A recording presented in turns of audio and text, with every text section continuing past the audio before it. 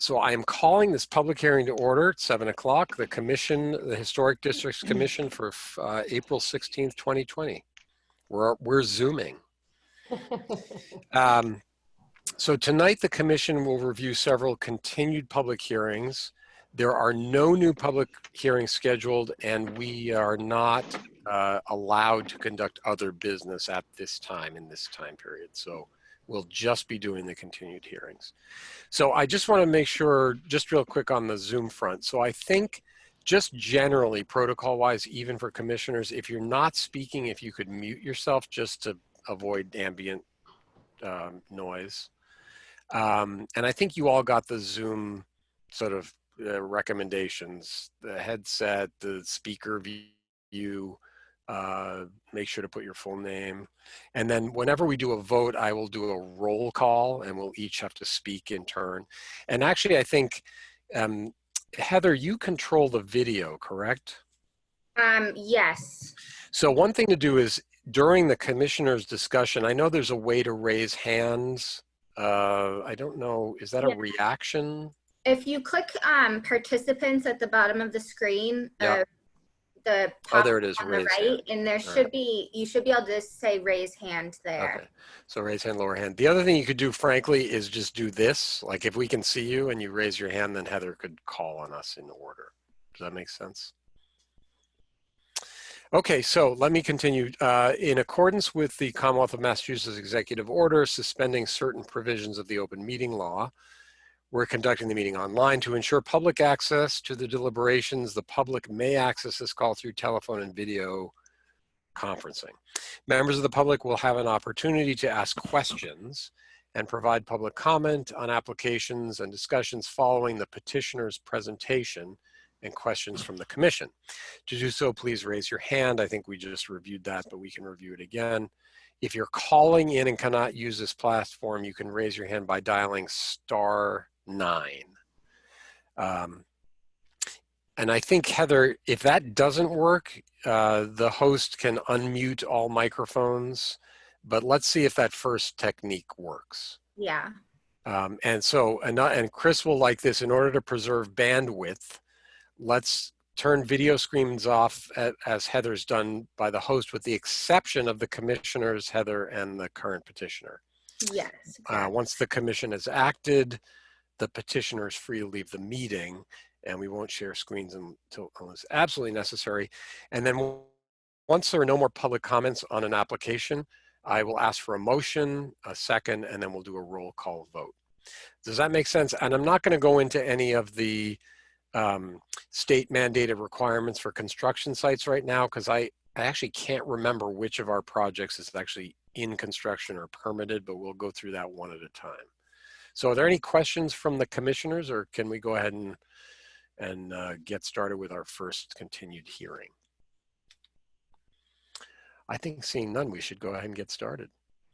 So, so Julia, there you are. Thank you for, sorry, go ahead, Heather. If we want to have a roll call at the beginning of the meeting, just calling just to see who's here, and then establish who's voting via roll call vote for public hearing. So how's I mean, I have a certain order on my screen. Should I call people one by one and say, you know, or, yeah, and then they can say here. Okay. So let me do this. So Catherine. Here. Paul. Here. Melinda. Oh, you're muted. Here. Luis. Here. Nia. Here. Is that everybody? That's everyone. That's everybody. And I'm present too. Okay. All right. So let's start our adventure. So Julia, welcome back. You are our first victim. So this is a continuance of the certificate to construct the 3-car garage mudroom to renovate the existing building and remove the existing garage foundation. And I think tonight we're just talking about the dormers on the main house. So you can unmute yourself if you could, and or Heather can unmute you. I'm trying. It's not letting me. I don't know if let's see. herself. Oh, Okay. there you go. Yeah. So welcome back, and I assume everybody has looked at the drawings on the website. I don't think these are different from the ones we've seen before, correct, Julia? Excuse me, That's correct. Peter. Pardon? Excuse me, Peter. I need to recuse myself, and there are therefore not 5 people. I'm in a butter, so I'm out of this one. Yeah, we have 5. There's We have Catherine, 5. Paul, Louise, Peter, and Melinda. I'm sorry. Excuse Okay, but no sweat. Go ahead and get a beer. me. But we should probably establish who's voting. Yes, so that's roll call a very vote good again. point. So you just called the roll. So the votes on this will be Catherine, Paul, Melinda, Luis, and me. And I think once Nia comes back on, because you're a full member, are there any non-full members? I guess Catherine. Catherine. So Catherine, would you mind stepping back when Nia comes on? Okay. All right, thank you. So Julia, so I don't know, Heather, can we share screen here? I can, yes. So I Great. will pull that up. So this is now, we're looking at the front elevation, I guess the front and side elevation, 399 Lowell Road. Is that working for everyone? That's great. Yes. Now, Julia, are there new things we should see about these dormers since we last met? No, I think what you were interested in was the detailing. And so Heather, if you can go to the last sheet, or we can look at the front. Let's look at that front elevation first. The dormers are the exact same size they were before. The windows have gotten just 2 inches wider, and that's because when I went back up to look at the existing windows, I realized that mine were a little small, and I wanted them to match and also just maximize the light inside. So trying to keep them as simple and not heavy in terms of what's going on down below. I just wanted them to be in the right scale, and also as simple as possible. So they have a very simple rake. If you go to the detail, which is the next page, I think, or another page down. This is the last page. Oh, really? You didn't get the detail from Heather Carey today? This is what we have, and this is what's online. Oh my goodness. Okay. I can share my screen. If you let me be an alternate host. I'm so sorry about that. That should have been in that PDF. I think that's probably okay, Heather. Okay. Yeah. But unless you, I can do that, or Is that easy to do, Julia? Is it? Yeah, Yeah. I have to go to another device, which is my computer, and get on the Zoom meeting that way. So let me just get that link from your agenda, meetings, minutes, and agendas. This just might take a few minutes. Now, Julia, has this project been permitted yet? No, it has not. Okay, so let me just, while you're doing that, I may as well share with the whole group. So the town is not, I think people already know this, there are no new permits being issued, building permits, as of Friday, April 3rd, which means that anything issued before that is still relatively good to go, even though it's supposed to only be essential construction, but that's a side issue. Basically, everything's shut down, so we're trying to minimize the load on the inspectors and for their exposure, frankly. But some things we're going to review tonight don't require building permits, so that's a little bit of a gray area. But all construction sites need to have what's called a HASP, a health and safety plan, in place, and I can talk about that later. But any project that's in construction basically has to follow these state COVID-19 guidelines. And Heather, did we share all those documents on the website, like the letter from the governor and the COVID-19 procedure? No, but we can put them online.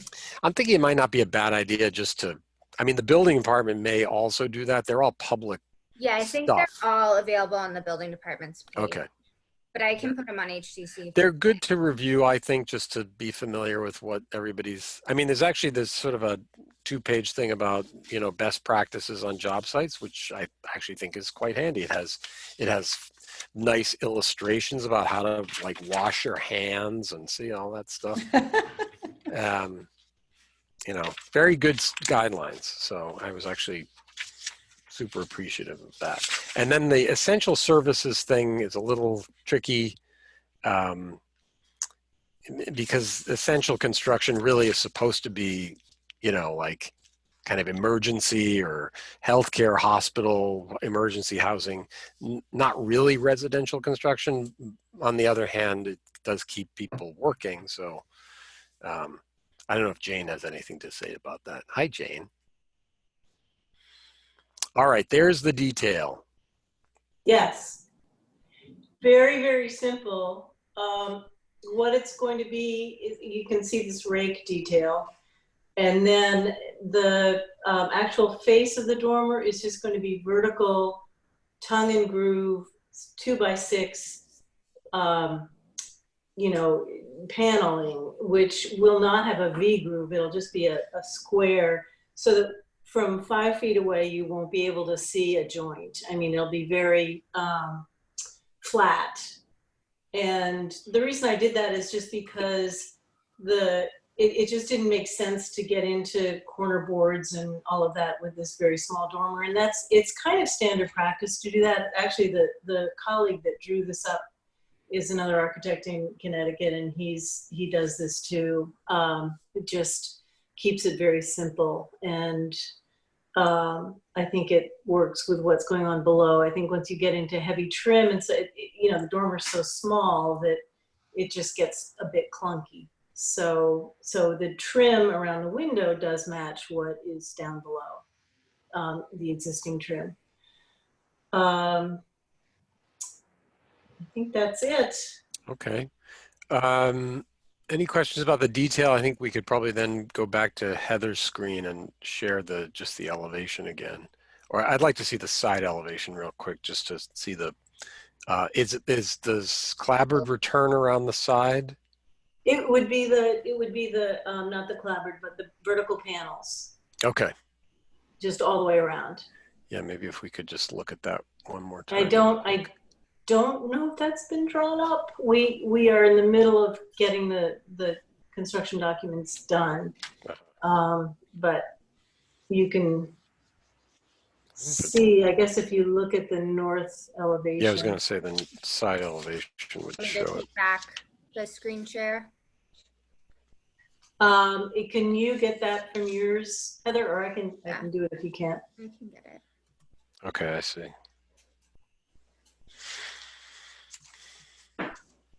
So that's the south and west elevation. If you go to the other page. So there it is. Yeah, and he's got it. He started to draw that in, and we took it out. And that's actually I see not up on the correct. left. It's not. Those are 2x4, so they're only 3.5 inch, and you wouldn't see those lines from the side at all. Okay. They would be. I mean, you know, this far away, you just wouldn't see those. So I didn't notice that hadn't been taken out yet, but we need to draw in the clapboards on the house itself and the chimneys, and I just wasn't. Hadn't gotten that far with this elevation.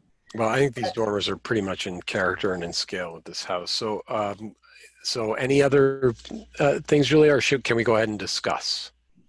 You're welcome to discuss. All right. Comments from the commission? Anything? It's a little hard to say what order, but maybe I'll just go around the horn. Paul, any? Yeah, I don't have anything to add. It's all consistent with, I think, what we were promised. It looks proportionate to me. I mean, I do think in the end we need the final drawing. Yes. On which we're voting. I mean, we would be voting tonight on something we don't have. Well, the final drawings, the details are. But if you need the side elevation, I can do that quickly. Yeah, we'll need to. Well, that's a good point. Okay. I don't think as a practical matter maybe we need it, but I think for purposes of the record, we probably do need it. Sure. Okay. Catherine? I look frozen on my own. Nope, you're okay. Okay, all right. I agree with Paul. I mean, I think to me, I do recall the elevations from the previous iteration, and I think everything looks very nicely to scale and in proportion. So, I think it looks great. Okay. Melinda. I think it looks great too. I think you've made really nice improvements to what we saw originally. I think you've come a long way, and I think it looks great. Senor Beresbietia. I agree with Paul and the rest of the group. I think that it's come a long way. It's design, and I don't see any issues except the final drawings as described. Okay. And Nia's recused herself, so I think we're okay on that front. I've heard from all the commissioners, so I'm going to open it up to public comment. Is there any public comment on the application at 399 Lowell Road? And I think probably the way to do it would be to either unmute yourself or press star 9. Pardon? They can use the raise hand. Or you could raise your hand. I see no raised hands or interest beyond. I think everybody's checking their email. Okay, so I'm going to look for a motion here. I move that we approve the application for a certificate of appropriateness with respect to the property at 399 Lowell Road, subject to submission of a final drawing consistent with the representations made at the meeting tonight. Second. There's a second. All right. All in favor, and I think what I'll do is just go around the horn. Paul? Aye. Catherine? Aye. Melinda? Aye. Luis? Luis already, yes. Did you say aye? I said aye. And I say aye as well. So you are approved and good to go. Thank you, Julia. And you're free to, both of you can leave the meeting. You're signed in twice. That's right. Me and my screen. All right, so you'll get us that final set of CDs, and then we'll wish you luck getting a building permit. You bet. It'll be a couple of weeks before the total CDs are done, but I'll get you that dormer drawing. Okay. Right away. Terrific. Okay. Thank you. Thank you. You're welcome. Thanks for being such a game with our new format here. It's what we do. All right. So Nia, you can unrecuse yourself now, and now you'll replace Catherine as our 5th voter. How's that? All right. Next on our list of victims is 336 Lexington Road. This is Peter Gambino. This is the certificate of appropriateness to install an in-ground pool and equipment, stone patio and fencing. Now, can I just get a quick show of hands? Did everyone on the commission go to the site, or at least go by the site? Did everybody? Yeah. Okay. Yes. So it sounds like we've had everybody see the site. And thank you, Mr. Gambino, for staking it out. And I think maybe a few people had questions. I didn't have much in the way of questions. So maybe just, Heather, could you put up the presentation, although I actually think this site visit guide was super helpful. Yeah. Maybe we could just go through that, because that actually explains the project pretty clearly. Is that all right, Peter? Do you see what I'm saying here? Yeah, yep, I do. That's perfect. If Heather has it, great. If not, I've got it on my screen and can share it too. All right. I'd just like to kind of go through that quickly, if you would, and then we don't have to go through everything in detail, but then I just want to hear from commissioners about thoughts, impressions. But again, thank you for allowing access in this very odd time. Yeah, no problem. It was easy. Now, has this project been permitted, Peter? It has not been permitted yet. We just got through the notice of intent process and got an approval in the first meeting of the month from Natural Resources. Okay. And so then this is the next step, and then we will go for a building permit once that process opens up again. Okay, Yep. Terrific. Okay. Yeah, so if we scroll through here, I wanted to put something together, being that we couldn't do an official, like, you know, kind of proctored walk through the property. So I kind of pulled together from a bunch of different sources we had from the pool designer and from Stamsky, you know, the drawings and such. You know, basically what we're doing is, this is Lexington Road, right up here at the top. Oh, you can't see my mouse. So at the top of the drawing is Lexington Road, right? And what we did is, when we were trying to site this pool, we really site it in a location very close, tucked in behind the house, to A, stay out of the 50-foot buffer zone, which we pretty much did successfully, and B, try to obscure the view of the pool and everything back there, both for our own purposes, so it's private, but also so that it minimizes the view from Lexington Road and the impact that it could have on, you know, talking about tonight. And so as a result, we kind of tucked that pool in right behind that back porch, right, only almost about 2 feet off that existing deck, which is kind of that semicircle that you see right behind the house. And so we kind of figured, you know, after work with a designer, that was the best place to put it. If we go to the next one. What I did, though, is I found that there's about 5 other pools in the the American Mile, and I kind of went around, because we had a little extra time, you know, between the different hearings, and tried to look and see what people did who had a pool, and that kind of did change our submission a little bit to what you see here in front of us tonight, because what I saw was a lot of net screening and a lot of white privacy fences, or privacy fences in general. As you're looking at this, the green on this map basically indicates natural woods right now. We have landscaping kind of woods between our house on the Lexington side, that obscures the view to a lot of the back. And then on the Concord Center side, there is a wooded lot there that basically obscures the view to a lot, especially in the summer, you know, when it's going to be grown up, you really can't see much at all back there at all. And so I kind of tried to highlight those on the drawing here so that it kind of calls out what was already existing as natural screening. Now, if we go down to the next slide, I went out with the camera in a view, and I tried to say, hey, what can you see right now of our project? And what you could really see is on the Concord Center side of the house, there's a small sliver between the house and the natural screening and the wooded lot there. There is a small part that you would have been able to see of the pool. So that's where I put my focus on and trying to screen it. And we worked with Stamsky and our pool designer to kind of redo this drawing a few times before we got through the notice of intent to also do what I hoped would be something that would satisfy you guys here tonight. And so on the Lexington side, there's really nothing you can see of the pool at all. I can't even see that fenced stake from the road out there. And then on the Concord Center side, there is that thing that I'll get to about how we're going to screen it. And obviously, from anything between those two, you can't see anything because the house completely obscures the location where we're siting the pool. If we go down to the next one. So I took some pictures. The first picture is the Concord Center side. You can see that small sliver that I'm talking about between the wooded lot and our house there. The second picture is the center of the property, obviously nothing, you know. And then the third one is the Lexington side. And you can see the corner of our existing deck sticking out, but behind that, the pool is off to the right there. There's nothing that you can see from that side of the property of the pool.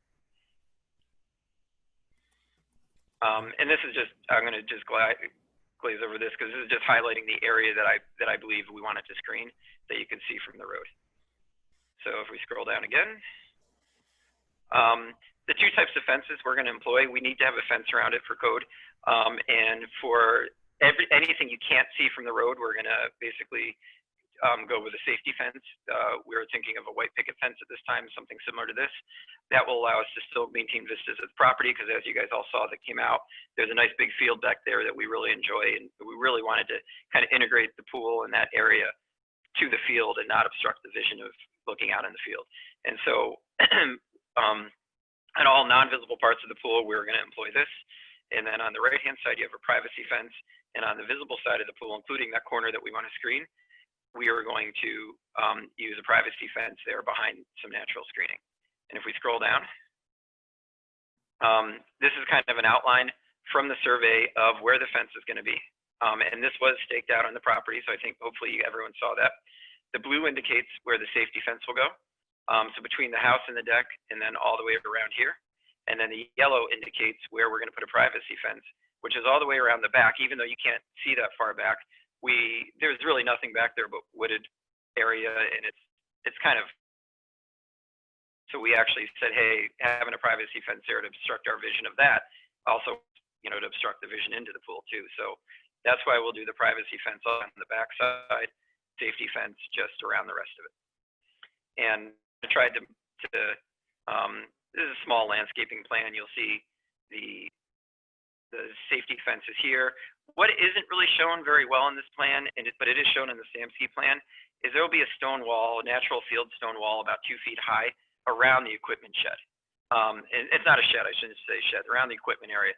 That equipment area is going to be recessed into the ground about 2 feet, and then the wall will stick above it another 2 feet. So none of that equipment will stick up. But then on top of that, we're going to put the private or the safety fence there as well to maintain the look with the rest of the property, or the rest of that area where there's no safety fence. So, or sorry, where there is a safety fence, but there's no stone wall. And that stone wall is basically so we can recess it down to the pool level. Because as you see, there's a bit of a natural incline in that part of the property. So on the top side, it'll be about 2 foot of wall. On the bottom side at the pool, it'll be about 4 feet of wall, you know, sticking into the ground. And that's just to create that little out there where the pool equipment will go. But none of that should be visible at all from the road or any place, because the privacy fence and the natural screening will be well above it.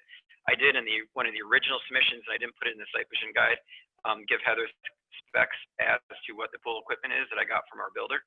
And it was all, I can't remember the exact type, below 34 inches. So this wall should be plenty to obscure everything. And if we go down to the last one, well, the last one I'm really going to talk about, well, we can actually skip right over this because this is just a repeat of the next one. I really tried to show a before and after of what it looks like.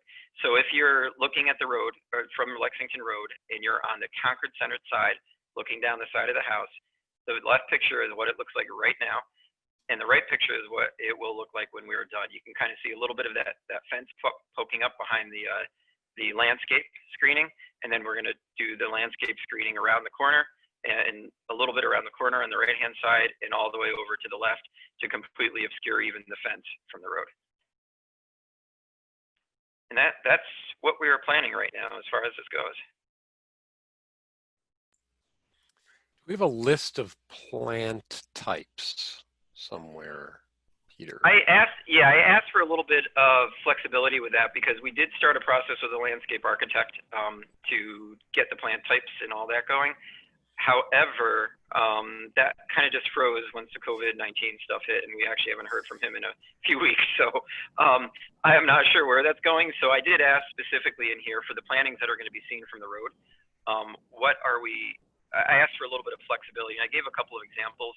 Boxwood is also something we're thinking of putting in there, because there actually is a chance to relocate a couple of really nice shaped boxwoods that we have on the property to this area to kind of shape around that fence in a square.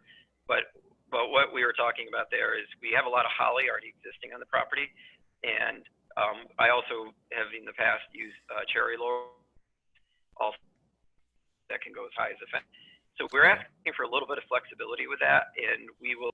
This is my wife's wording, not mine. We promise that it will be green and bushy, and that it will basically block the view of the whole fence from where we plant it.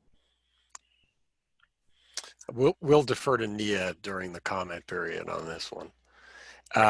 All right, so why don't we thank you for the presentation. I think why don't we go around and hear comments from the commission. So I'll go ahead in order. So Paul, you get to go first. Yeah, I've been at the site. I think the plan looks very good. Almost all of this will be obscured. My one question was the equipment area. Based on experience, that can be a substantial footprint and has, I guess, potential noise issues, although not significant ones. But as I understood you, that's going to be recessed a couple of feet into the ground, such that once it's, and then there's going to be a fence above it, and then that fence is going to be screened from the perspective of Lexington Road, looking back toward your backyard on the Concord Center side. Correct. Yep. Yeah. So you really can't see any of the equipment. Is that? That is definitely, that was a goal of That's putting the it hope. down at the pool level, raising a stone wall up, and then putting the safety or the privacy fence on top of that. Okay. Yeah, I don't have any other questions. I mean, the site is a great site for a pool. Thank you, Paul. Nia, you're next on my rotation. Yeah, I agree with Paul. I guess I was concerned if you walk a little bit more towards Concord than the viewpoint that was given on the site plan,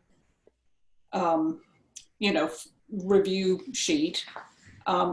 In the wintertime, it would be more visible, and therefore my concern, as always, is the screening. And it would be fabulous if you can use existing mature hollies or boxwoods.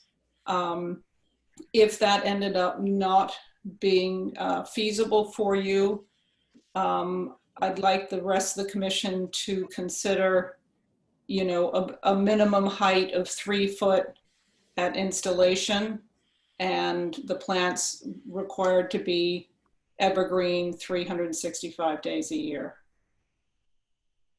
So basically what I would look for is, as described by the applicant, is full screening of that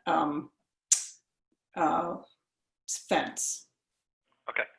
Yeah, and that is what we're planning on. Like I said, the species is still a discussion topic, but we would be happy to have a requirement in there saying it's got to be green all year round. So I think most of what we're planning is of that nature, Great. So I would personally like that to be a condition if we did go ahead and approve. Thank you, Nia. Pardon me, Catherine, you are next. You have to unmute yourself, though. There you go. I had similar concerns to Nia initially during the first presentation before I had actually gone to visit the site, and was very pleased, and I had a lot more confidence today in looking at the sight lines and seeing that, to Mr. Gambino's point, from the Lexington left-hand side, you really could barely see the stake or any visible edge of that new fence line that's going to be put there. And then on the Concord side, there is obviously more of an opportunity to see something, but I agree that with natural screening, which I also think is going to be critical, I think it's really going to hide that fence quite well. That, in addition to the woods there, makes me feel confident about the end result. So I'm fine with it. Thank you, Catherine. Melinda, any thoughts? So your drawings are gorgeous. I mean, it was so thoroughly done. It was really convincing. And if you can put up those green, whatever you put up, which will be much more lovely for you too, looking head on as your property, as you drive by into your driveway. I think it'll be great. Okay, thank you, Melinda. And Luis. I think that the project is very difficult to see from Lexington Road. The only concern that I have is the height of the privacy fence. What would be that height? I had that, but I don't have that in front of me. And I don't want to misquote it, to tell you. I know it was, I want to say it was in the 5 to 6 foot range, but I got a spec from our pool builder. If you give me a second, I might be able to pull it up on our email. I think the pool fence has to be 4 feet at least. Correct. Yeah, the pool fence has to be 4 feet, and so the safety fence going around will be at the 4 foot mark. But I believe that the privacy fence was in the 5 plus to 6 foot range. I know with but we were going to try to plan it so that the shrubbery and the bushes in front of it obscured the whole thing anyway. But hold on, let me look and see what he sent me about that.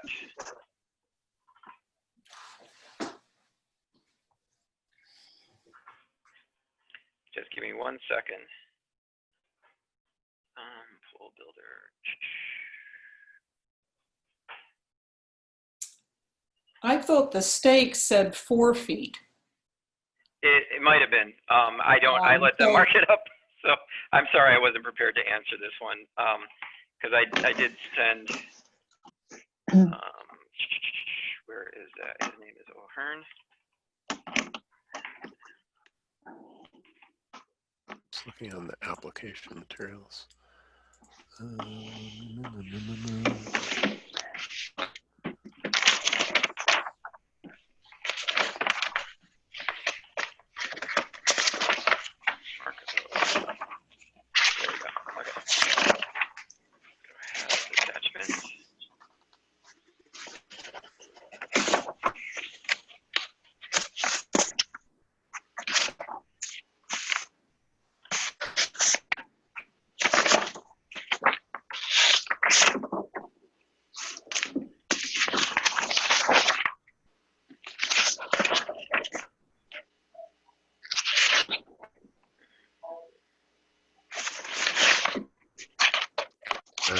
Specifies the height.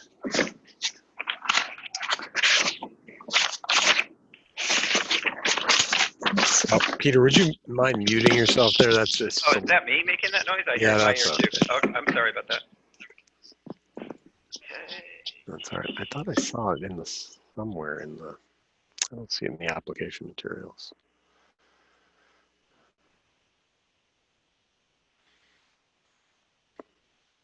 Can I ask a question to maybe the commission or Heather? Is that wooded lot town property? Yes, I believe so. So just out of curiosity, does that mean anybody can go in the wooded lot? Like I could walk my dog in there? And does that a public view, a public way, or is that not? I don't know how does that fall into the category? So under our bylaw, anything owned by the town constitutes a public way. Whether or not you can access that property, I don't know. Yeah, there are no trails, and it's actually flagged as wetlands back in there, so it's pretty wet. We've never ever seen anyone back there. But with that said, that's one of the reasons why we wrapped the pool, the privacy fence around the back side of the pool as well, to accommodate that concern. I can't find the exact fence height. I would be willing to let you guys tell me what you think or what you kind of condition that, and then we can work with them to find a fence, because I know the fences that we've looked at all came in different heights, so if you guys have a preference on that, we're putting this in mostly for the screening. I would let you guys condition what you think the optimum fence site is at it, if that is. Luis, and, what do you think, Luis?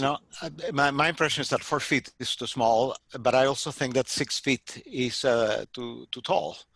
So it looks like 5 feet and change would be appropriate for screening, and actually it would give the opportunity to the anticipated planting to actually obscure the actual fence, because we rather see a lot of greenery instead of a fence.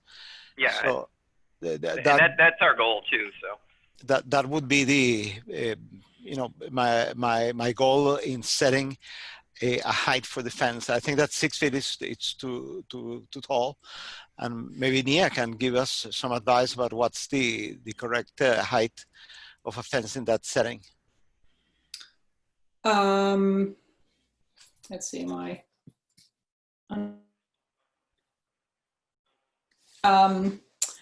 I guess I was looking at it all along as a 4-foot fence. I think that probably doesn't give you the privacy that you're looking for. However, my concern is the actual screening. I mean, it's really hard, I would think, to get mature enough material to be 5 feet, certainly not 6 feet. Okay. But if you're, originally I was thinking a 4-foot fence and putting in a requirement of 3 feet is minimum height of the material that goes into screen. If we end up thinking 5 feet is the right number, I would put in, a stipulation of 4 feet for the material minimum. Okay. I don't know what the rest of you. Have we seen a design for the fence, Peter, a style or anything like that? Yeah, that was Yes. That was in the Mhm. site visit guide. I put in the two styles in there. The Okay. privacy fence will be like Solid. yeah, solid, and then the other fence will be like a picket style. I just wonder if, because sometimes we've seen fences where the first 4 feet is solid and then the last foot is a lattice, that kind of thing, so that it doesn't look so monolithic. I think part of what Luis is probably getting at, if I may, Luis, is just, you don't want this, wall. It would be Well, and nice also if it, white is going to show up a lot. right. But white is very in your face. Well, actually, what I'm trying to avoid is what we call the silo effect. And my impression of the fence, as it appears in the visitor's guide, is that it's a very solid looking fence, and that's my concern. That if it's too tall, it's going to give a silo effect. So I think that there are options, and one of the options is what just mentioned by Peter, to have a composite fence by which the top has some kind of a lattice and the bottom it's solid, so it provides the privacy necessary, and at the same time it removes the silo effect. And in my opinion, I would put that as a requirement in addition to the natural vegetation screening. Do you know what we're talking about, Peter? Yes, I do. In fact, I've got a good drawing of one of our initial drawings that they came back with that has that exact type of fence in there. It was open at the top, like a lattice, like a cross. like a tic-tac-toe board, cross at the top. And we would be willing to put that in to do like a 4-foot fence with the top foot being, or 5-foot fence with the top foot of that being like that open material, and then screening up to whatever you guys see fit. Okay. Yeah, those are quite handsome. Okay, I think we've heard from all the commissioners, so I am going to open it up for public comment. Is there? What? Sorry, Peter, could I make an additional comment? I have a little bit of disagreement with fence height. I mean, I don't think we should require a fence any higher than 4 feet, even if it has lattice above it. I mean, the key here, from an aesthetic point of view, both from the Lexington Road side and for the family, is the screening. So all the incentives are for them to screen that white fence on the exterior and on the interior as much as they can. So I'd be very reluctant to obligate them to have a 5-foot fence, even if it has lattice. I think it should be a minimum of 4. If they want to go 5, fine. But I think the key is the plantings on the sides if it's only one, I guess, that's visible from Lexington Road. I also think that specifying a minimum of 3 feet at planting, I disagree with. I don't think we should micromanage that. I think that obviously these will grow as long as fully grown within a couple of years. These are 4 or 5 feet tall. I think that's enough, and we should leave it to the owner to make those choices. Okay. Peter? Yes, Nia. I totally agree with Paul in terms of the height of the fence. Certainly, I wouldn't want to require 5 foot and would prefer lower if possible. I guess I disagree on the sizing of the material. In the past, we've required screening, and no offense to the current applicant, but we've seen little tiny boxwoods go in that would not grow to 4 or 5 feet in my lifetime, hoping that I'm going to live for a long time. Yeah, no lifetime jokes. I know. No, I shouldn't have said that.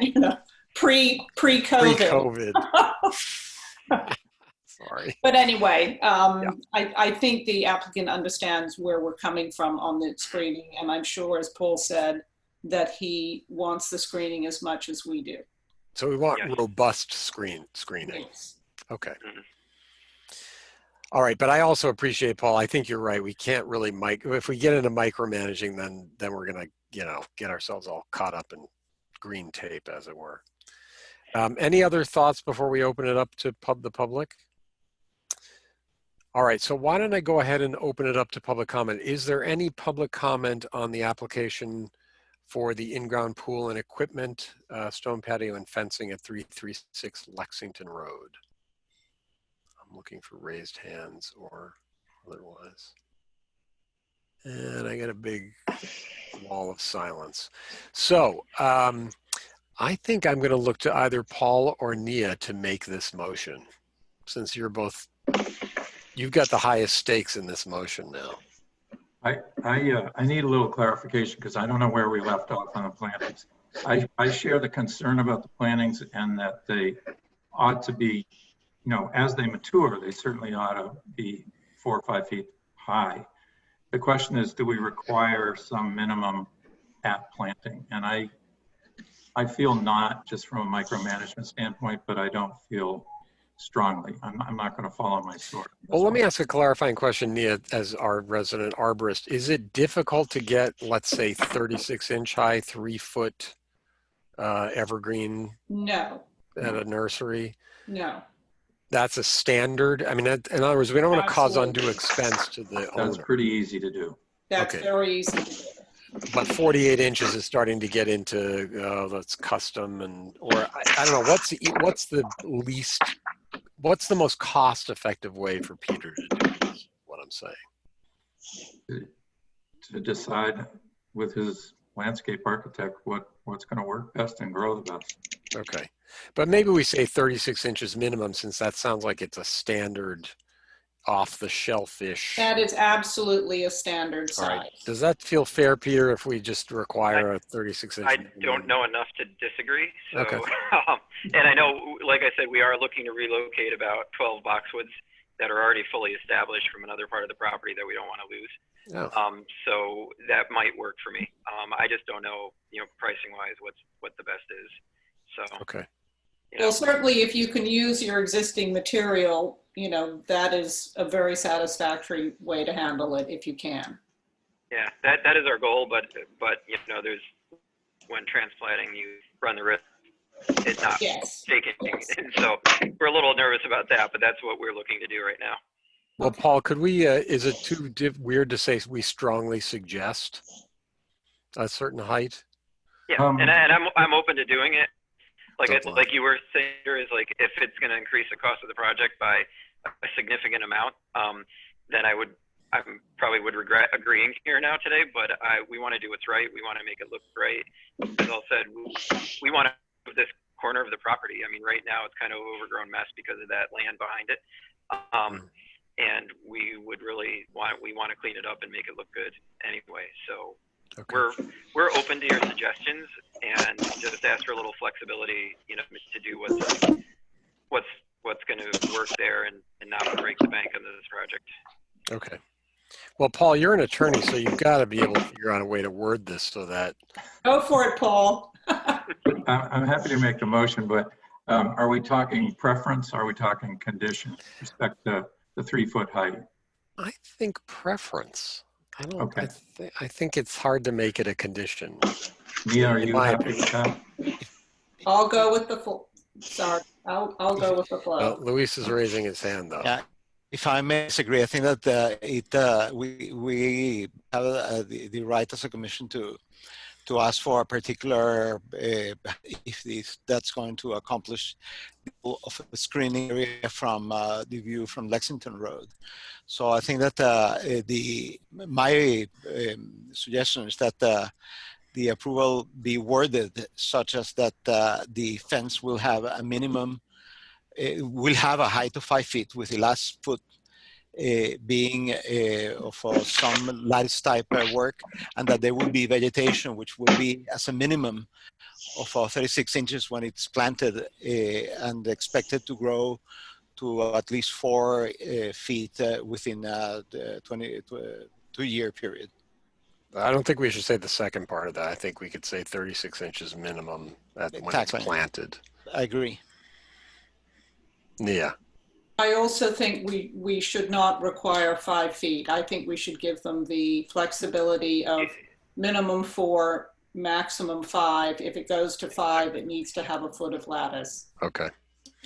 That's Paul, have we thoroughly? essentially what I meant.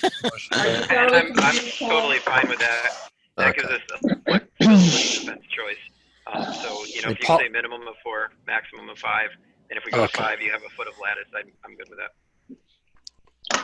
All right. So Paul went and got a glass of wine while we were all talking. Yeah. I'm going to get one too. Go ahead, Paul, if you wouldn't mind. I move that we approve the motion for certificate of appropriateness with respect to the property at 336 Lexington Road for the pool and the related equipment and fencing, both privacy and swimming pool fencing. That the pool fence be subject to town code in terms of height, durability, and so on.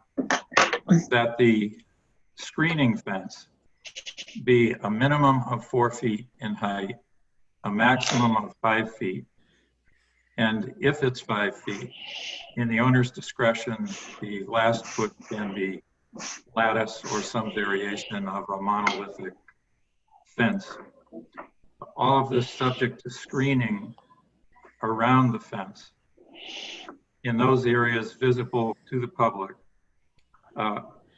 with initial plantings of a minimum height of 3 feet, which plantings should be anticipated to grow, all things being equal, within the next few years to fully encompass the height of the fence.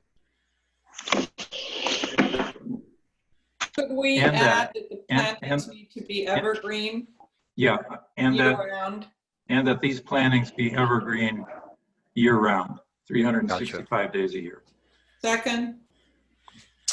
All right. All in favor? And I'm just going to go around. Paul, you made the motion, so I'm assuming you're in favor. Nia?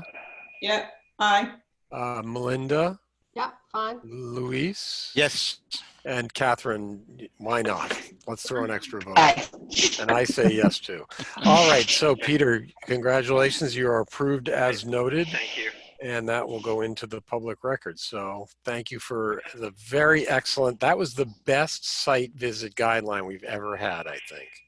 Awesome. Well, I'm happy to hear that. It's great. And thanks for your time. And All right, you're welcome. And thank you to the commissioners. So I think we are okay, Heather, to proceed to the next project. And Peter, you're free to go. Thank you. great. Thank you. Bye. So next is 62 Wood Street. This is Brian and Virginia Gorley. Did I pronounce that correctly? Yes. Brian? This is a certificate of appropriateness to renovate the existing house and construct additions, including a living space, decks, a screened porch, a 3-car garage, new driveway, retaining walls, brick terrace, and other hardscaping. Now, has everyone had a chance to go by this? I have. Has everyone on the commission? Paul, did you? Yes. Catherine? Yes. Terrific. All right. So I think Elise is here. Your architect is here as well, right, Brian? Yes, I'm here. And I'm here. Lily's here. Mhm. Lily, the landscape Lily. architect. Yeah, really. Can't see you. So do we want to go, why don't we go through the drawings? Heather, is that easy to do? Just have them up on the screen just to walk through the project one more time? I think everyone has seen this presentation. And maybe just to page through the drawings quickly, unless people have questions, I just want to hear from the commissioners about their thoughts.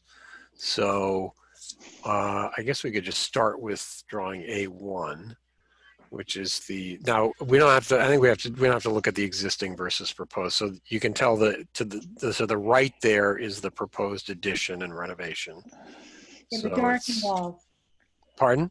The walls that are darkened. Yes, great. Sorry. Walls that are dark are addition. That was the second floor. That's the third floor. Let's go to the elevations. Those are more exciting. So this is drawing A5. So there's the addition from looking from Wood Street, the front elevation to the right.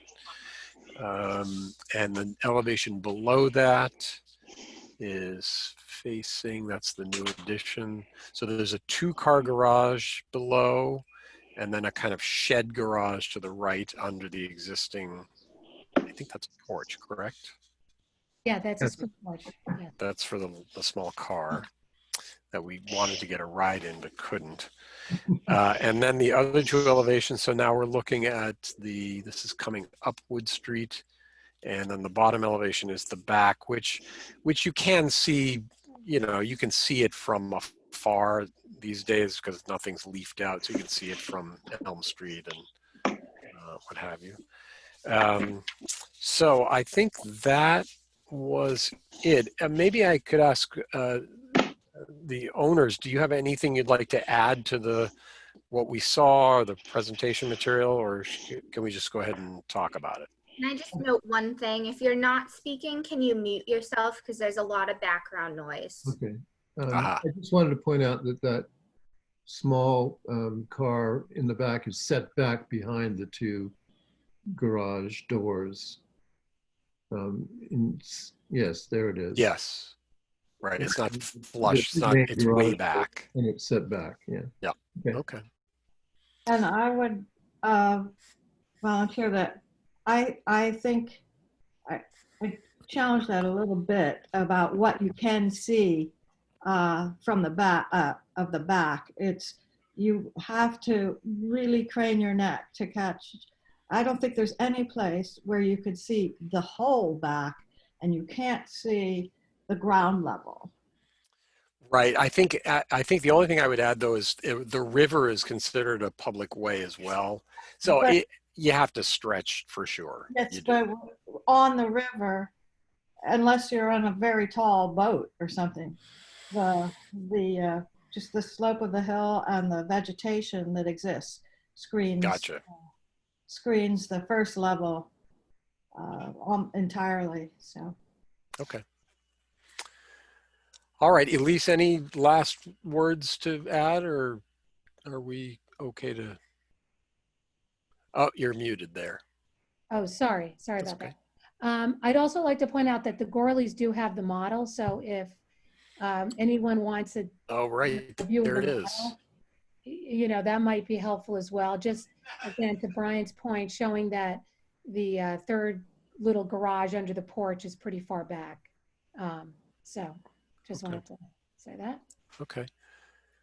All right, so team, we've got the architect and the landscape architect and the owners here. So why don't we go around and see what comments we have. So Paul, would you mind if I picked on you again, since you're always first on my list?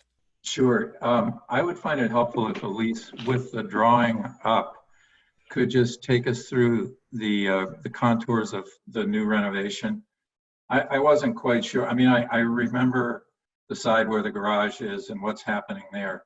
I don't remember other aspects of the house and what's happening. Could we get the 2-minute version of what the new construction encompasses? Just looking at the elevations. Yeah. Okay. Can you hear me? Can you hear me? Yes. Okay. So on the front elevation, the addition is on the right-hand side. Yeah, that's the little carport area to the left is there.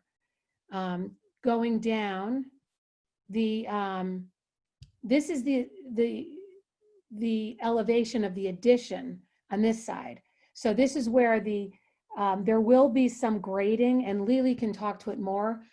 The land naturally drops, but it will have to drop a little quicker just to get to these new garage that is, in the basement level.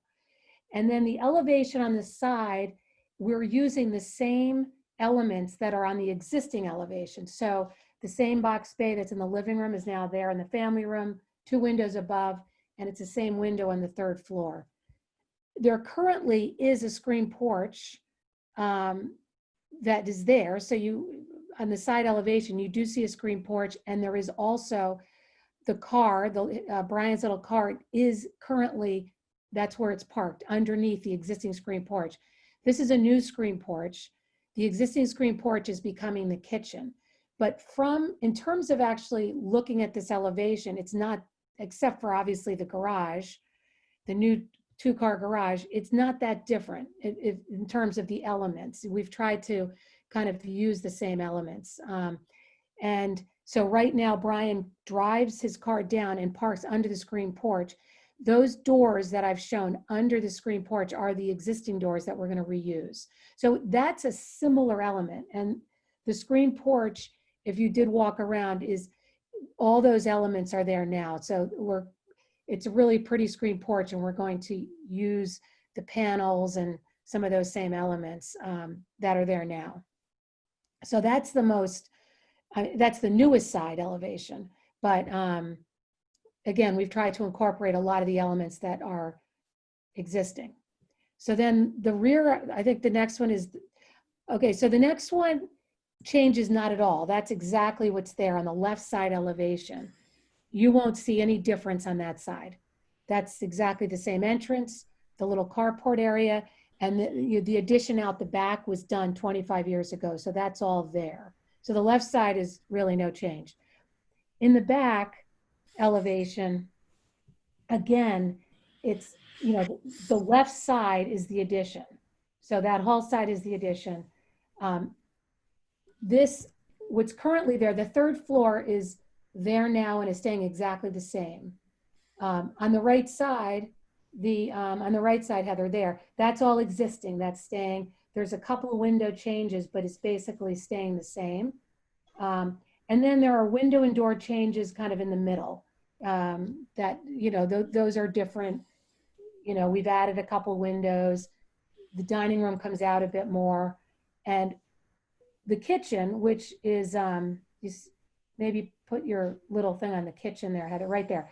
The kitchen is the existing screen porch, but it is gonna, obviously, it's a little bit bigger, 2 feet bigger, but it's in that exact same location. So now the screen porch is moving over to the left in the new addition part. So anyway, so in the addition size, just to reiterate what in the presentation last time, it's 24 by 24, which is the size of a 2-car garage. And that's what you see on the left. So does that help? That makes sense, Paul. Yeah. Yes, that's helpful.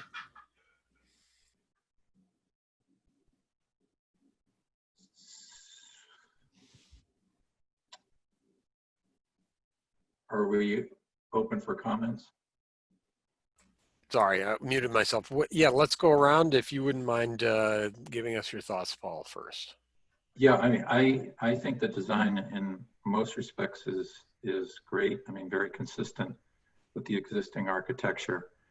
The only question I have is with respect to the riverside, the back of the house, and what looks to be an enormous confluence of windows and doors. And I'm wondering, I mean, I know in the new area of the screen porch, and I guess the kitchen by definition probably is going to get a new window. Could you speak just briefly, at least, to the consistency of that facade, the rear of the house? Sure. Do you want to? Particularly in terms of windows and doors. Sure. Do you want to bring it up? Okay. Yes. I mean, there is a lot going on in this elevation. I don't disagree at all. There has been, what am I trying to say? There is a lot going on now. So these windows, like I said, were put in 25 years ago, the ones on the far right. So that whole situation is already there and they're not going to change it. The same thing. So there is a combination on this house of double hungs and casement windows. The double hungs are the traditional ones you see on the front and the side. So we have those in the master bedroom. And then we have them to the far left in the family room just because they go with the windows around the hall part of the family room, the side and the front. The kitchen is picture and casement to kind of match kind of the far right, what had been put there a while ago. Yeah, I mean, it is, I don't disagree with you.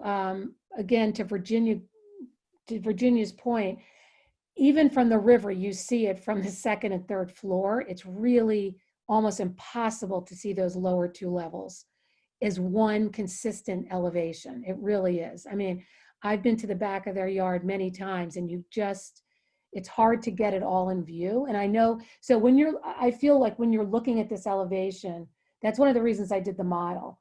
It looks flat and it looks inconsistent. I do think the model makes it look better because you see the ins and outs of it all. Anyway. Could we possibly see the existing rear elevation, please?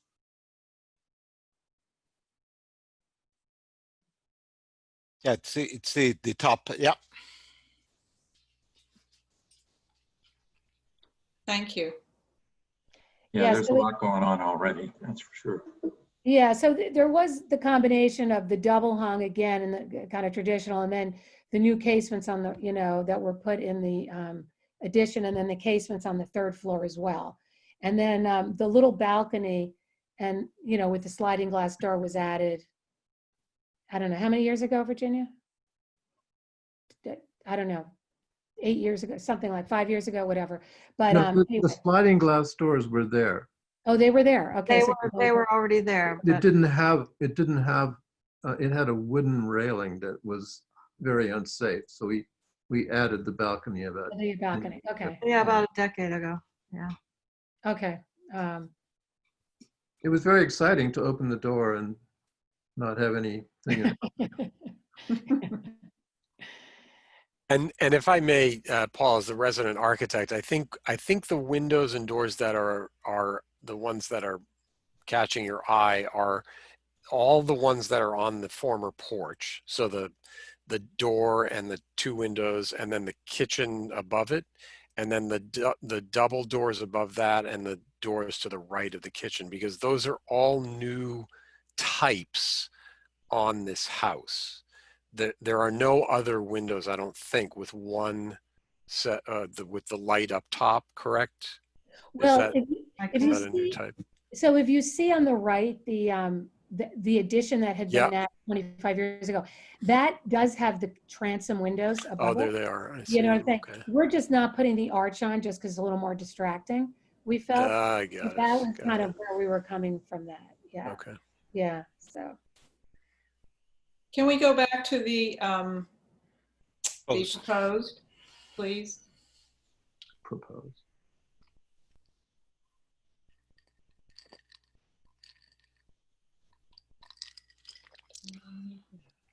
Somebody's drinking something.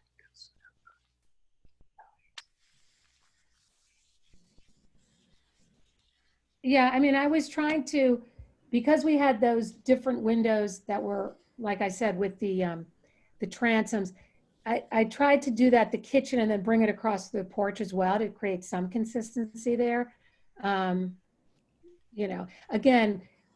there is a lot going on. I mean, we don't necessarily have to do it in the screen porch, or it's just, I really don't like double hungs in the kitchen over counters, because they really block the view.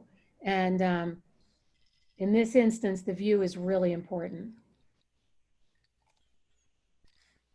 Yeah, sorry. I think the other thing that, and Paul, I don't know if I don't mean to talk over you, but the architecture it's that sort of Carpenter Gothic. It's eclectic, so and not everything lines up, and that's another thing that's sort of drawing the eye in an elevation. In 3 dimensions, I don't think you'll see, you know what I mean? This pattern will never read. You'll never see the house this way. It's so richly 3-dimensional that, you'll. Right.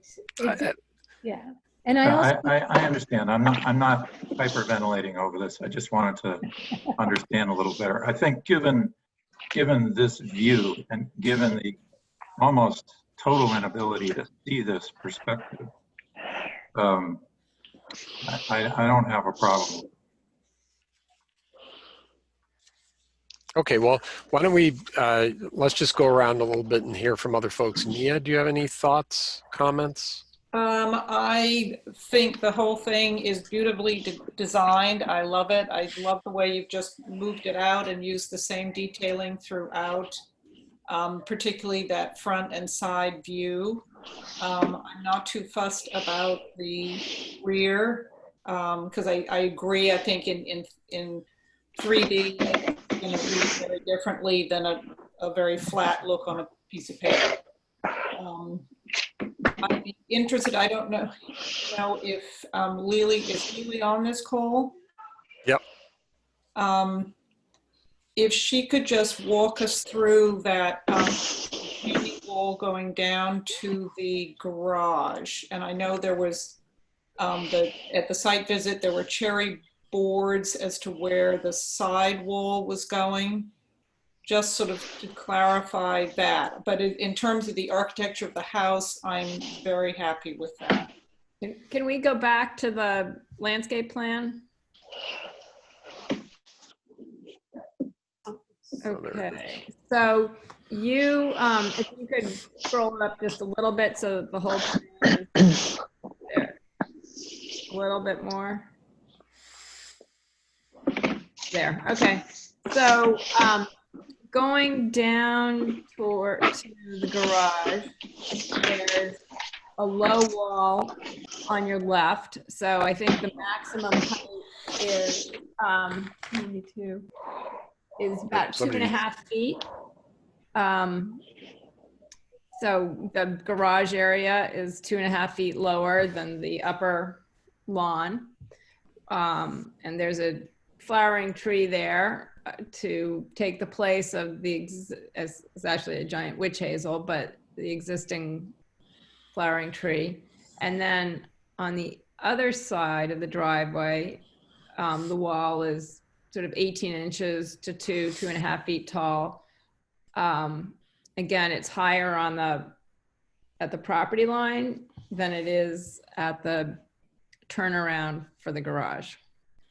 And then we've got planting planned for that right side so that if you're driving down Wood Street, you look.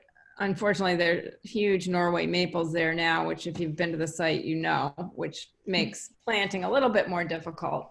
But we are planning on planting along the driveway there so that you won't have such a clear view of the back of the garage, as lovely as it is. Right, and is the new wall on the right side of the drive going down to the garage, is that the same material matching the one on the left side? Yes, it's the same, and to the extent possible, it's matching existing walls on the site. Right. It'll obviously be a new wall, so it won't be quite as rugged looking as the existing walls, but the idea is that they're all supposed to go together. Great, thank you.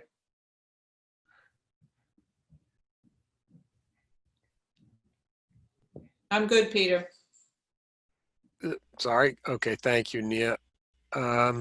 Melinda, any thoughts? First there this afternoon, and I'd forgotten that you were going to landscape. Sorry, Lee. I spent all my time really thinking about the house, but I was glad to see that again tonight and the pictures, and so that it would be softened up, because you are going to have more, macadam, because he's going to have a pullover before you go into the garage, and clearly that will be well disguised. That's the plan. All right, Melinda, all set for the moment. Luis. I think that this is a very good design. I think that it matches very well with the construction that's already there, which I think that the term that Peter used, Gothic vernacular or something like that, which I thought it was very appropriate. And I don't have any objection whatsoever with this project, including the landscape part and the architectural part as well. You're wondering when it's going to be on the market, aren't you? Not really, but I know you're happy where you are. All right, thank you. Catherine, do you have any thoughts or comments? Let me unmute. There we go. So I too really spent my time when I went to look at the house on studying the rear elevation. That was always from the beginning the only part of the project that I wanted to give some real review and study to. It was interesting that when I looked in person at the rear elevation and then sort of compared with Elisa's drawings for the future plan, a lot made much more sense to me when I was there looking at it in person. And I really could actually see how much the proportions and sort of the patterning of the new structures would set up quite nicely, because I did have a earlier concern about just sort of the visual intensity and density of the design. But to Paul's earlier comment, I think, you know, when you're there sort of studying it and then comparing it to the new plan, you can really see how well ultimately it will set up visually and actually I think be ultimately very harmonious. So that was nice to see in person. Okay. And the only other thing I would add is that this addition is in context on Wood Street is actually relatively consistent with, there are I think 6 houses on that side of the street, if I'm not correct. 3. But 3 of that model. Of that model, right? But the addition is consistent with essentially what's been done on some of the other houses. They're kind of rambling a little bit, and so it doesn't look out of character with the neighborhood. Let's put it that way. All right. So if there are no further thoughts from the commission, I think I'm ready to open it up to public comment. So is there any public comment on the proposed work at 62 Wood Street? And I'm looking for raised hands, and I see a whole lot of not raised hands. Oh, wait. There's Charles Klein is trying to speak, Heather, and I don't know how to unmute you. I am unmuted. Oh, there you are. Go ahead. If you could just say your name and let us know what you're thinking. Charles and Charlotte Klein. And we are at 63 Wood Street. We come up a little later on the agenda, and we just wanted to say, you know, as a neighbor that looks directly at this property, we're very pleased with the construction and the look of it and the way it keeps with the neighborhood. Proposed construction. All right. Well, thank you. Thank you for your comment. Thank you. Other comments? I don't see anybody.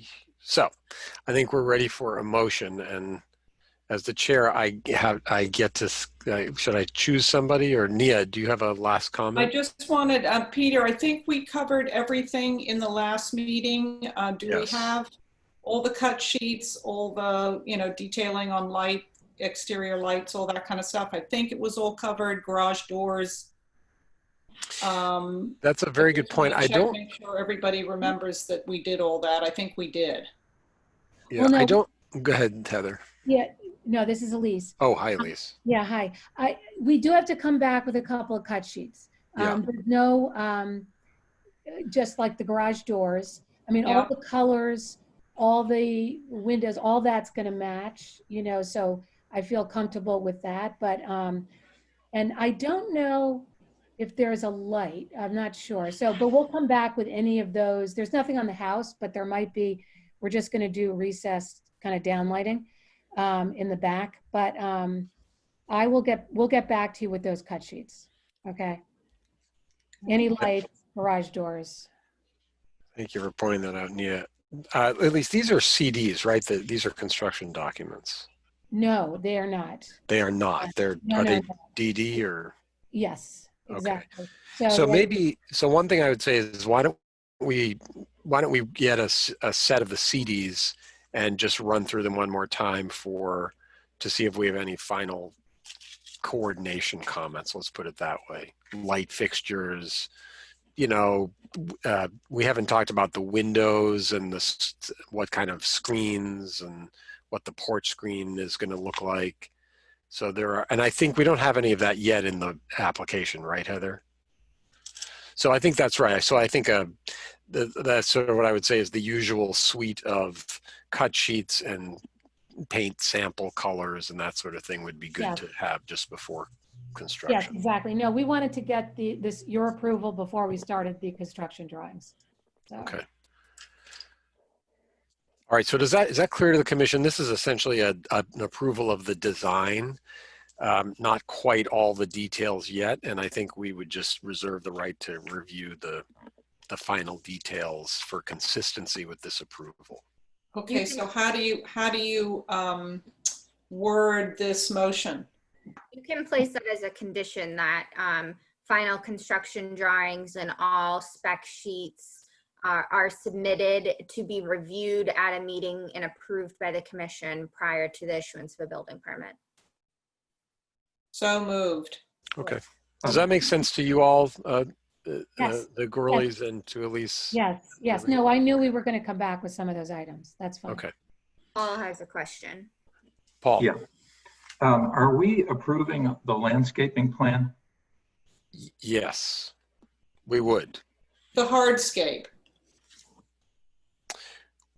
You mean without a planting list? Is that what you're getting at, Paul? Well, I mean, I confess I didn't go over the landscaping plan, but if other members have and are satisfied with it, that's okay with me. I just don't know what the particulars of that are, which may be my own culpability, but. Nia, yes, sorry.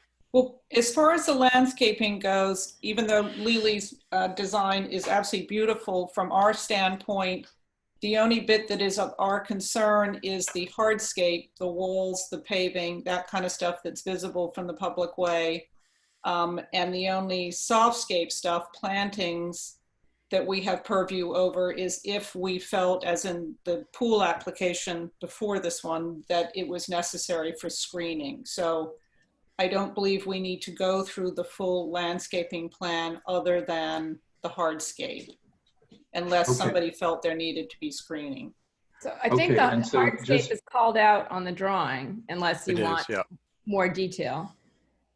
And what's the consistency of the driveway that comes down to the new 2 garages? It's asphalt with cobble border.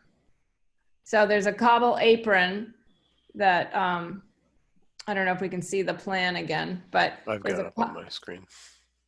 Oh, that's my screen though. There it is. So there's a cobble apron right as you enter the parking court. And then there's cobble apron as you go into the garage. And then actually there's cobble, the entire parking space for Brian's little car is all cobble. But the rest of it's asphalt, which is what the existing driveway is. Okay. That makes sense. It makes sense. Is that consistent with what we've done? We've been hard on paved driveways, but this is an existing driveway that's effectively being reconditioned for the most part. Well, it is being expanded. Well, it is being expanded. Yeah, it's being expanded. Yeah, understood. But it's not it's matching the material of the existing driveway and just expanding it. So really my question is to my colleagues, is there any issue here that we need to talk about? The quantity of hardscape, in other words, or the character of the hardscape? Yep. Both. Any thoughts from the commission? Luis?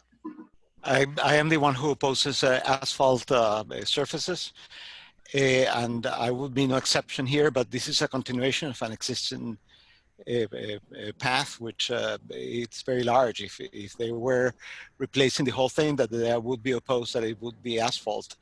But being that it's just adding a new portion, then it's reasonable to continue with the same material. And, you know, I don't see either any problems with the hardscape itself. So my suggestion is that we approve this application with the exceptions that were mentioned before, which are the further details of paint colors, the light fixtures, the material for the garage doors, etc.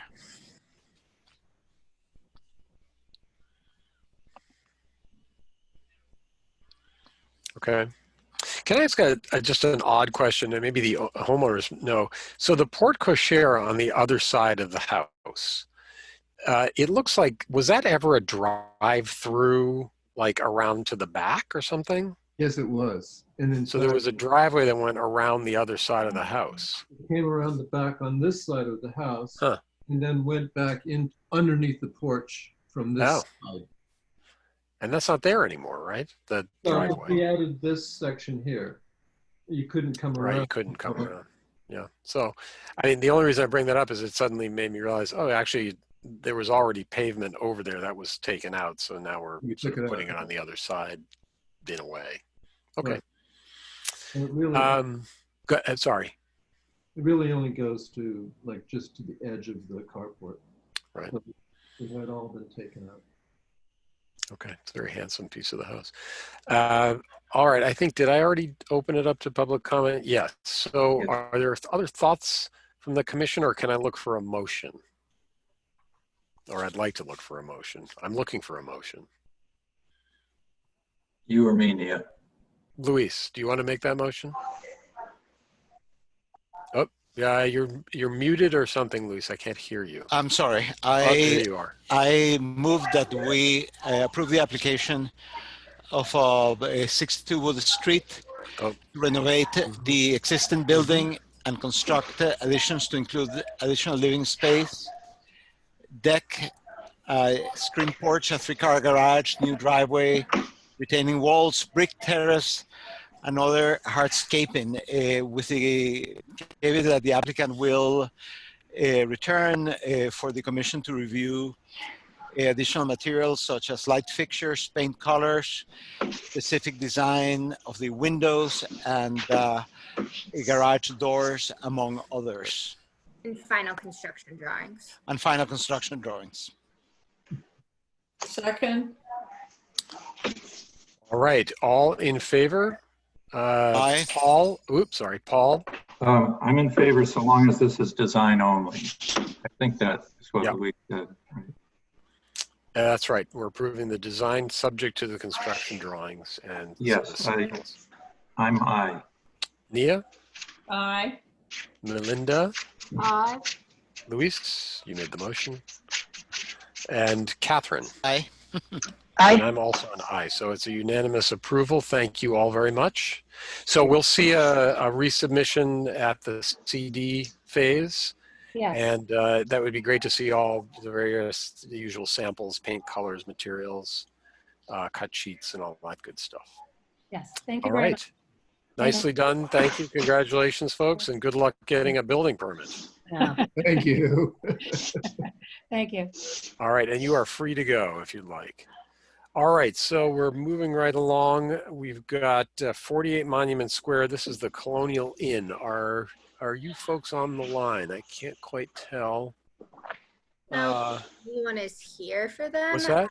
No one's here for that? They haven't responded to any of my emails the past month. I know they're closed, so. Yeah. Well, can we make a motion to continue this to the next meeting, just in case? I don't think anyone's here. Raise your hand if you're here. Okay, I don't see any raised hands. I mean, it's a paint color, so, you know, they're obviously recalibrating a little bit given what's going on. Why don't we, somebody make a motion to continue this to the next meeting? And the next meeting is May 7th. I make a motion that we continue the application of the Colonial Inn to the meeting of May 7th. Second, somebody has to second. Second. All right, and then all in favor? Paul? Nia? Aye. Catherine? Aye. Melinda? And Luis? Aye. Everybody said aye, and I'll say aye too. So we're continued to the 7th of May. All right. Thank you all for being so patient. 73 Monument Street is next. This is John Battle and Company. This is a certificate of appropriateness to repair existing detached garage, including alterations to the foundation and replacing windows and doors, and to construct a new addition on the main house to include additional living space, covered porches, new exterior stairs, exterior lighting, and a relocated air conditioner condensers. Welcome, team. Thank you for being so patient. Would you mind walking us through the project? And this Sure. Can you hear me? Yes. Are we looking at construction documents here, John? We're looking at design development documents. There Design are development. two things. Okay. Hold on. Can you put those up, Heather, the drawings of the project? Downloading them. Please. All right. Oh, yeah. And so, John, would you mind walking us through the project? So just to kind of refresh your memory, we had been through a previous iteration of this effort in months past and came up against the limitations that by removing the garage and trying to make modifications directly adjacent to that land, which was inside the 50-foot buffer. We took a lot of constraints from the NRC, as well as some budget constraints with the house issue. So what we're proposing to do is to essentially retain the fundamentals of the house design as it stands, and repair the existing garage and not try and take those pieces, which were somewhat incompatible before, and forcing them together. So the essence of this piece, so if we could at the, so the gist of it, here's the existing floor plan. I think the quickest way to get an overview, and I'll be happy to go back and walk through the details of the, oh, I'm getting some feedback here, hold on. I'd be happy to go through and walk back. The best way to get the good overview is to go to those three-dimensional drawings, the little 3D model photographs from the road, from the street. Which should be part of this PDF.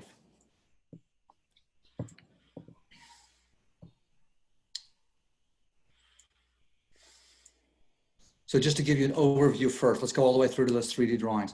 So the existing piece, there you can see a photograph of the existing conditions, and you can see we try to give you the same drawing for the existing circumstances and the new proposed design to go to be able to, so you have a true apples to apples comparison. So one of the issues that had been motivating the Pisanos to make this design change was they wanted a little more space on the primary living floor of the house. And there were really no proposed changes to the second floor. So in the spirit of trying to maintain the existing architecture, but also to mediate this very tall 3-story wall, we had basically extruded that Italianate porch to run down the side of the building and to turn the corner at the rear, which gave us just a little bit of additional space inside, which satisfied their needs, and also greatly moderated that very high wall. And originally, then in this solution, we are proposing to retain the existing garage as our vehicle storage. It's one of those very compact, 20 by 20 garages that fits small cars.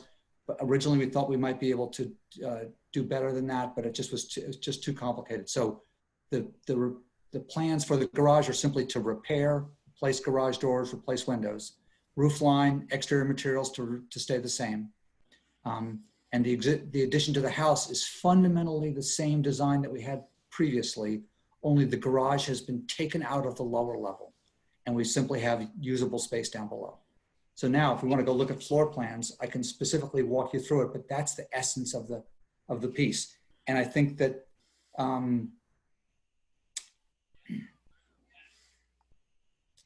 so that's the existing. That's the existing first floor. and the existing lower level, okay? And there you can see the extent of the addition shown in the hatch. So that's how much we're expanding it. And then the proposed, so that dimension that the dimension that we are adding, I can't read that dimension off the top of my head, but it's just over 9 feet. Yes. So it's basically become a slightly annexed space to that breakfast area, so that there's a little bit more of a family room for their young children to have places to play and be near the family while sort of family activities are going on. And we basically came to that conclusion because that's the size of the existing covered porch. So all we're doing is extruding that covered porch down that one side and across the back. We're choosing to enclose portions of it and leave the part at the rear open. So it sort of mediates between partially enclosed and partially open, and that sort of gives it part of the animated flair. In essence, that's the essence of the design. I've got some construction details here, but that's the essence of the plan. Okay. And Gary is with us here tonight, as we may have other questions to go over. Here are the elevations. There's the existing elevation for that, and there's the proposed elevation showing that extruded porch aesthetic, where we've glazed in portions of it, but we've left part of it open. Okay, nicely done. I have no particular comments, but why don't we go around? Paul, may I pick on you first? Oh, you got to unmute, or Heather needs to unmute you.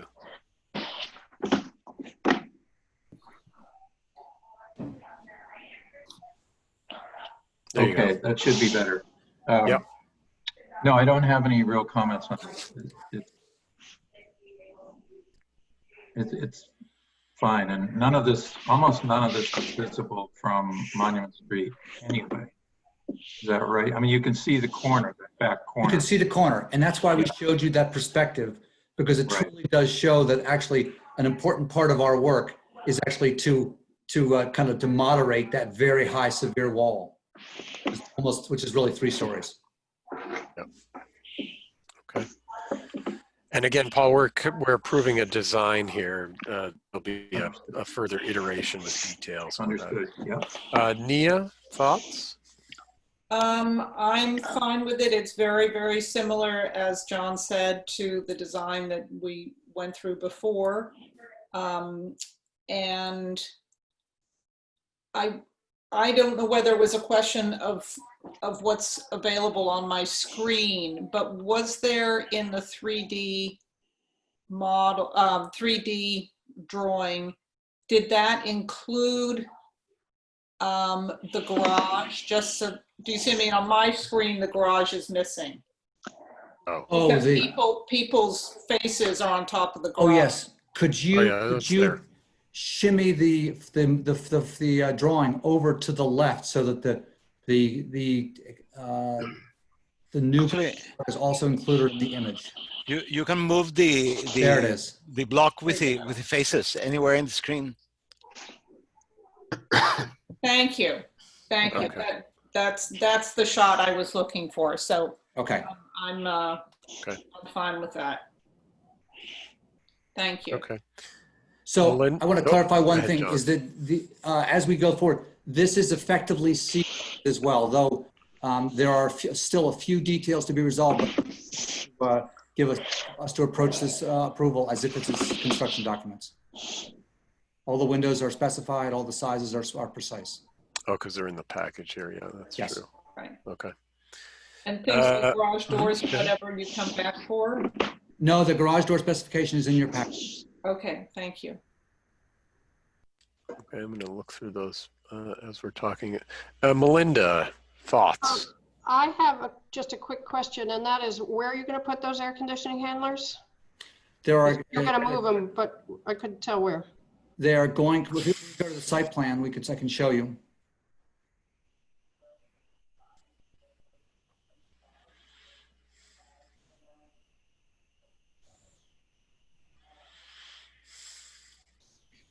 So let me see.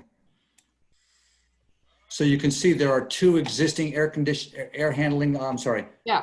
condensers up there, and we want to place two additional ones adjacent, sort of space between them, just exactly like it shows. Oh, okay. So it's still going to be there. Correct. Okay, no problem. All right, Luis. I really don't have any comments. We have been in that site at least twice, I believe, before because of the previous developments, and I see this as actually as an improvement. Oh, And froze up on us there. Sorry. I really don't have any further comments. Thank you. Catherine. I think it looks very consistent with the existing architecture, and I also have no further comments. So John, thank you, Catherine. My only comments would be light fixtures. Are there any new light fixtures, and do we need cut sheets? And then color palette. I know you said you're going to match existing. Is there anything like? No, the intent is to maintain the same color palette, and I think the light fixtures are specified in the package. Jeremy, are you listening? One of my guys else in my office is on here as well, and he's. I'm looking. I don't. Jeremy, you kind of text me. Yep, I'm here. Hi, Jeremy. Do we have all the light fixtures specified in the packet? I believe so. Yeah, I thought we did as well. All right, I might have missed that. Sorry. So did I. Okay, but do we need a cut sheet? These are they visible or are they under the porch overhang? I think they're recessed, right? They're recessed. In the original design, we had visible light fixtures adjacent to the garage doors, but those have appeared. And so now we just have recessed in those those alcoves. That alcove. Yeah, I don't think. So there's no fixture that has a visible presence. Is that your question? Okay.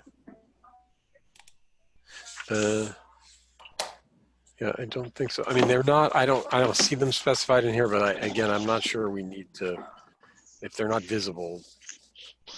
Yeah, they're not. They are recessed. Okay. Screens on the windows. Are there screens on the other windows on the house? Yes, there are. And so we'll just match all of those, whatever they Correct. are. If you were to go to the elevation. Yeah. The next one down, please. Proposed. Yep. Okay. You can see that all of those windows, are awning or casement, so the screens are all on the inside.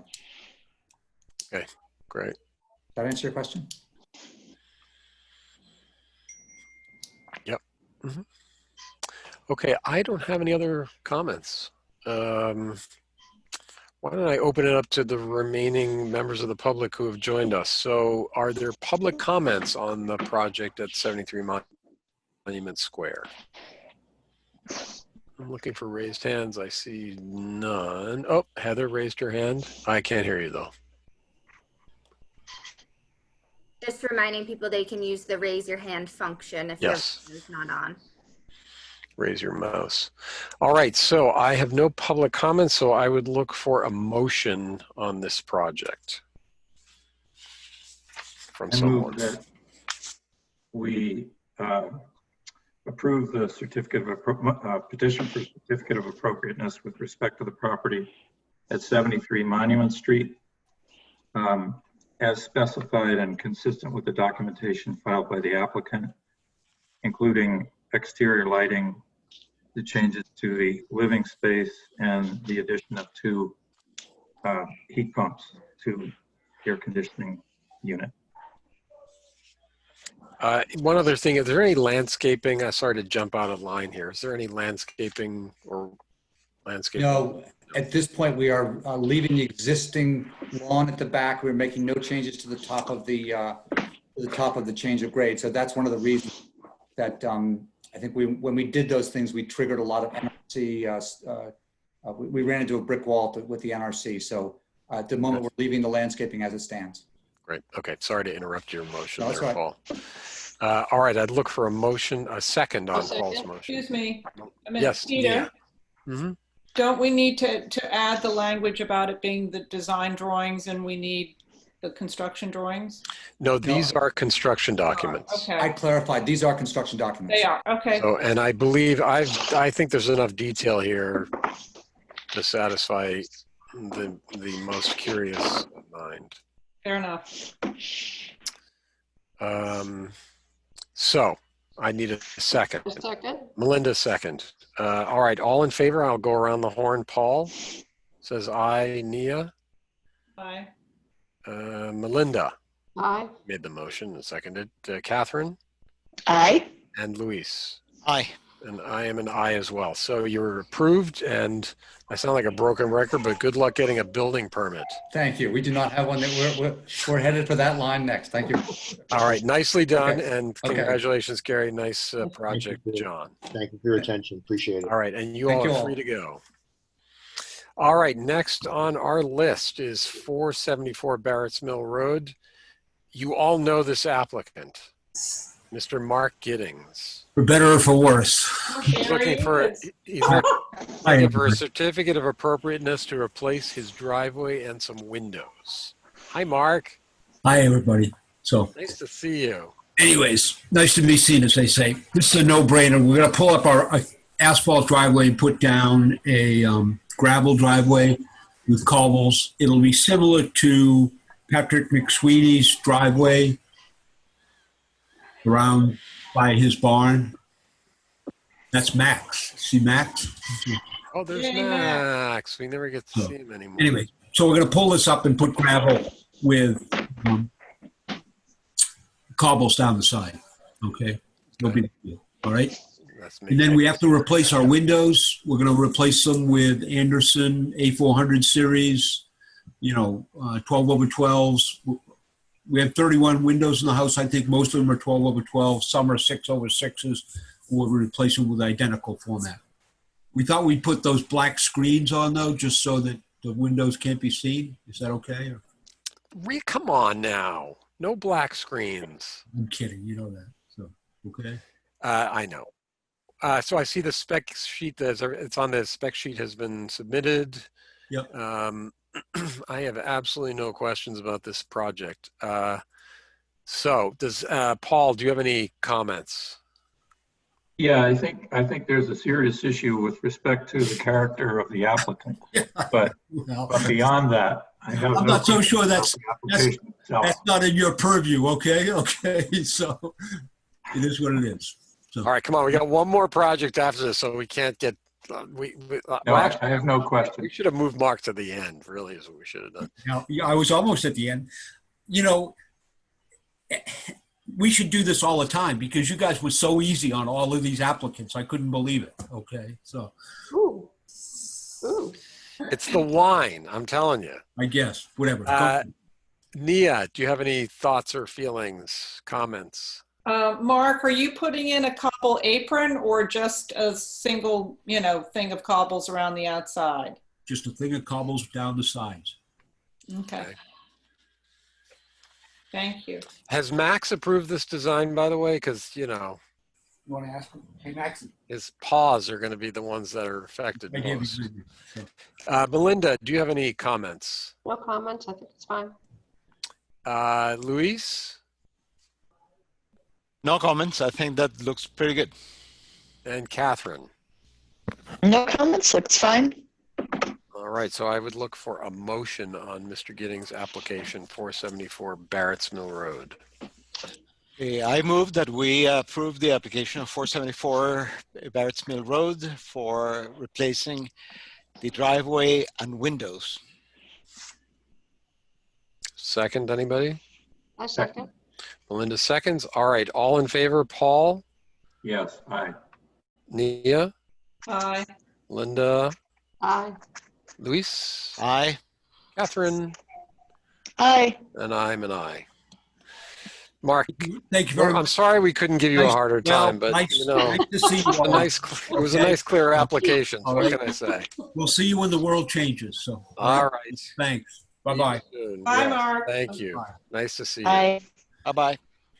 All right, and our last project for the night is 63 Wood Street on the other side of Wood Street. This is Charles and Charlotte Klein. Thank you for being so patient. And this is a certificate of appropriateness to repaint the house. So there's a color scheme, I think. Was it in the application? I'm afraid I didn't look. Okay. So this is going from, I like intellectual gray. It's just such a cool, it's such a Concord color. So it's gray and red and white trim. And is that a rendering? Oh, the color snap. There it is. There's the visualizer. Pretty cool. So any questions? That was the original That color. was the original color. Which one? The color snap? This is existing color. That's existing, right? Oh. But the red door color is the same. The trim is just a little bit lighter, and then the body of the house is not as light. This looks. It looks beige-ish. It's almost beige-ish. It's one of that doesn't look like the chip. Yeah, the chip looks gray. It's Yeah, it should look gray. It's just about a half. To me, it looks about a half as dark as the original one. It's just a little bit of a lighter gray party there. Okay, it's a beautiful house.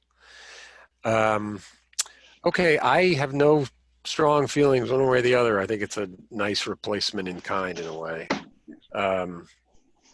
So, Paul? Agreed, no comments. Nia? No comment. Catherine?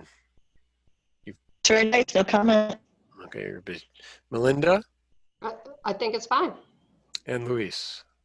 I have no comments except that we should force all the houses in Concord to be painted intellectual something. God, you know, you doctors. Okay, I would open it up to public comment. There are a few people left, so why don't I open this up? Are there any public comments on the application for 63 Wood Street? I don't see any hands. You see any hands, Heather? No. All right, I would look for a motion from the commission. I move that we approve the application for 63 Wood Street as submitted. 1 second, sorry. Just a reminder that this is one of the projects that doesn't require a building permit. So we may want to recommend that if this is to move forward at this time, that they follow the protocols set by the state for social distancing during project. I think that's a good point. Thank you, Heather.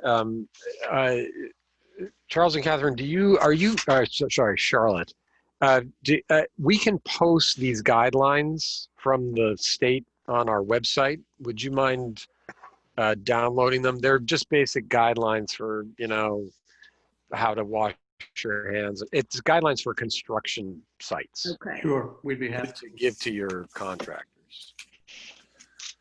All right, we could just append those to the application. I don't think they don't need a formal HASP, right? The health and safety program? No, just the guidelines. Okay. So we'll just I'll recommend that you look at those guidelines. Did I have a second? Sorry, I lost track there. Paul seconded. All right, all in favor? Paul said aye. Nia? Aye. Catherine? Melinda, Aye. yes. Luis? Aye. And I and I. So you're universally approved, unlike our healthcare system. All right. So thank you for your patience and waiting till the very end of the meeting, and good luck getting that project done. Well, thank you for your time. Thank you, yes. Thank you. All right, folks, we are I think the meeting is concluded. We can't do additional business. And Jane, do you have any final words for us as our select board mole? The mole. That's nice. Well, this is a mole who went dark so that everybody else in my house could walk around and be real. But no, just always interesting to spend my evenings after a select board meeting with all of you. Okay. Well, folks, this was our first Zoom meeting, and now we look like the Brady Bunch because there are only 12 of us left. But thank you. That was well done. I think we're more efficient by Zoom than in person. I can't imagine why. All right. You said that there were no new public hearings. No public hearings. Are we not allowed to have new public hearings for the next meeting or not? No, we are. We are, okay. But it's up to the building department whether or not they issue permits at this time. Right, thank you. And right now there are no applications for the next meeting, correct? Or no, we received 2. Oh, we have, okay. And then we have the 48 Monument Square continued, which I will try again to contact them. Okay, and why don't I'll coordinate with Heather offline about things like Jenny Dugan and all. Since town meeting's been shifted, everything's moving. We'll talk about that later. Yeah. All right. Actually, I Yes. could offer one thing. I don't know whether everybody saw that Carmen Reese posted the first official delay in town meeting today. I don't know if I saw it officially posted. So, she can only delay town meeting for 30 days. The date that we socialized at the select board meeting last week that people should probably think about is June 22nd. But that will require another delay by Carmen, assuming that's the path we go forward on. Okay. All right. Well, thank you, Jane, for sitting through our meeting. All right. I think we're going to need a motion to adjourn. I move we adjourn the meeting of April 16th, 2020. Second. And Paul? Aye. What do you say? Melinda? Aye. Jane? Oh, Jane, you don't vote. Sorry. Catherine? Aye. And Nia and Aye. Luis? Aye. We are adjourned. Nice to see you Mr. all. Chairman. Thank you, Peter. And thank you, Thank Heather. you. And Good thank night. you, Christopher. Thank you for running the meeting for us. All right. We'll see you all Bye, in a all. couple of weeks. Here, everyone. If not, Bye. Nice to Stay see you, Heather. stay well, stay everyone. healthy. All right. Night. Thank you again. Thanks, everybody. I'm going to wait till everybody leaves. To make sure everyone actually does. Yes. Oh, Luis is trying to leave. I'm trying. I think I can just end meeting and kick you guys off. I know. All right. I'm going to say good night. Thank you, Heather. Good night, Luis. Good Good night, both of you.